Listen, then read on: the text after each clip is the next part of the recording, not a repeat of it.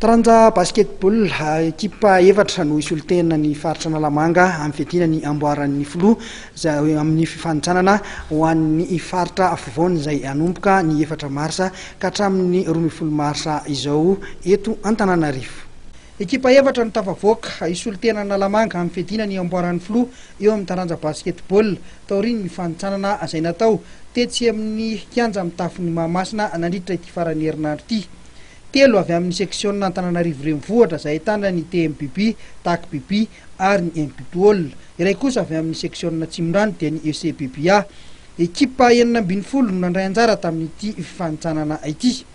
Arak'izany dia ireo ekipa sangany avy eto Analamanga no hiatrika izay fifanitsanana ho an'ny faritra afovoany izay ho amin'ny fiadiana ny amboaran'ny filoha izay atao eto Antananarivo. Analamanga zany dia hatreto aloha mbola anaky efatra no hiakatra any amin'ny zone centre dia misy efa manao élimination any fandimina zany 5e place fa miankina fédération indray ny fampiakarana ny fandimina.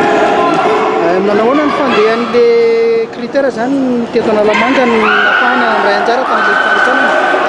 Nataonay tournoi le izy dia nasianay finale sy demi-finale io. Zay ny critère an'izy dia zay tafiakatra efatra voaloha zany no tafiakatra manao an'ilay izy.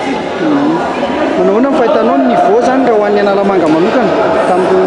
Efa miakatra ambony dia ambony mihitsy ny niveau anay amin'izao.